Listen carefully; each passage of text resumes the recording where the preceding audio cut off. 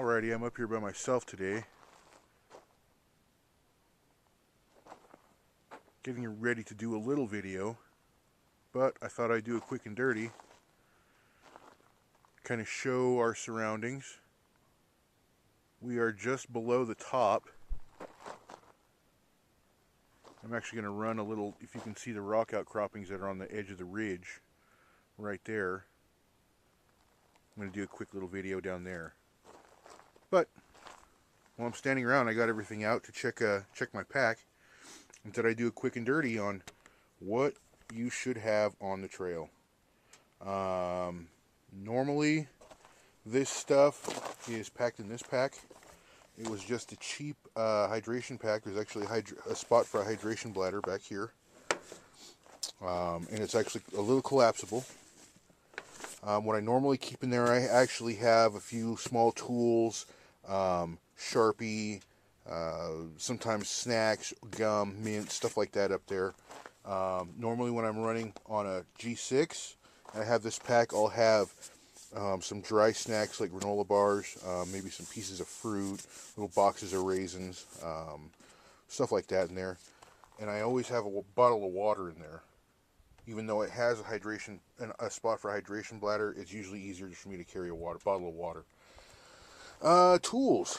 I have a little bag that came with my rotary tool, and I never used it for that, and I actually just used it for small hand tools.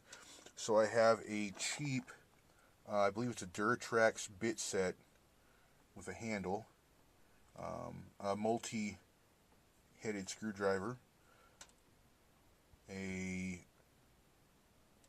needle nose pliers, set of Allen wrenches, crescent wrench, and electrical tape.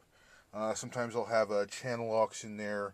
Other times I'll have just any other little tool I might need. But for the rig I'm running today, this will almost completely rebuild this rig if I needed tools to do it with. I also have a small bag with my little temperature gauge, infrared temperature gauge, my battery tester, my LiPo tester, which I'm getting a new one soon, an extra wheel nut wrench, some random zip ties for the radio equipment because I do have an extra receiver and bind plugs. That's just in case I have to do some quick rewiring just with that stuff. I'll have a quick zip tie to grab.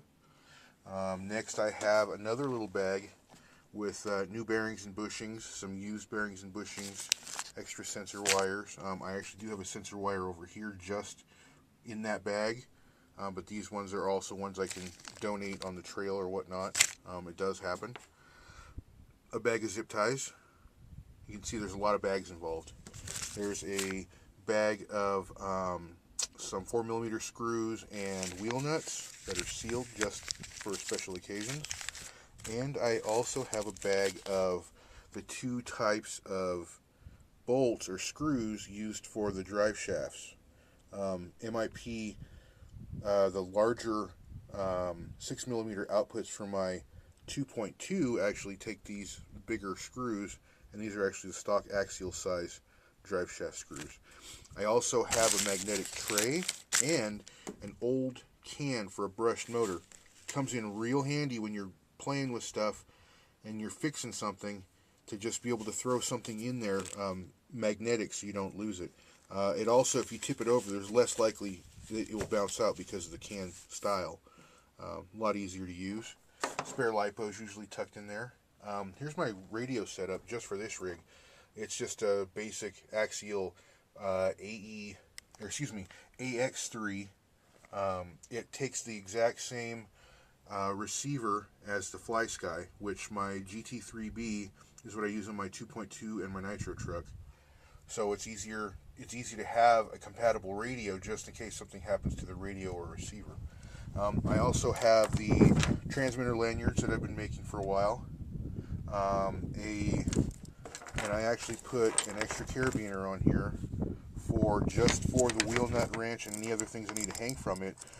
This is actually my toe strap that I use on the trail. I do have scale toe straps on my rigs, and those are completely functional, but this one's real easy, especially when you're trying to move fast or you're trying to move multiple rigs. I have incurred winch penalties for myself, but sacrifice my winch penalty to pull multiple rigs with just this strap, and then their tow straps hooked on to my rig. So just an idea, all it is more 550 cord with noose knots and two smaller carabiners. They clip on almost every rig I can find that has a bumper, a cage, any exposed part of rail. Makes it real quick and real easy. Quick and dirty. We like the quick and dirty. Next is my rig bag.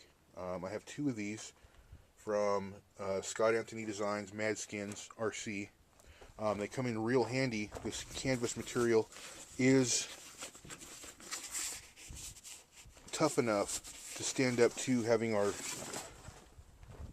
odd faceted rigs with sharp edges, you know, the rubber tires, whatnot. I've had this one for probably a good part of a year. It's actually a short course truck bag, but this truck fit awesome in there. It's great when I take it home and I have dirt and it's wet, or put it in the car or the truck or the Jeep and it's wet or dirty and I don't want to get stuff everywhere. Plus, convenient carry handle. So this is just a quick overview of what I'll normally carry on me when I'm on the trail. And then normally I have the camera that I'm using in my hand, either in a pocket or in a pouch. And on a rare occasion, the DSLR, the Rebel Digital, this you see the Canon Digital Rebel EOS. So there we go. And I'll be back later with a running video. And I will see you later.